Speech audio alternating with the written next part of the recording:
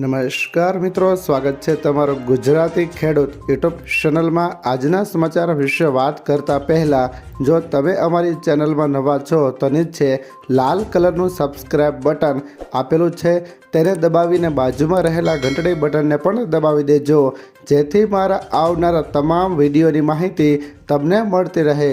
આજના સોના ચાંદીના ભાવ વિશે વાત કરીએ તો સોનાના ભાવમાં ધડાકો। મધ્ય પૂર્વમાં વધતા તણાવના કારણે વૈશ્વિક બજાર સહિત ભારતમાં સોનાના ભાવમાં મોટો ઉછાળો જોવા મળ્યો।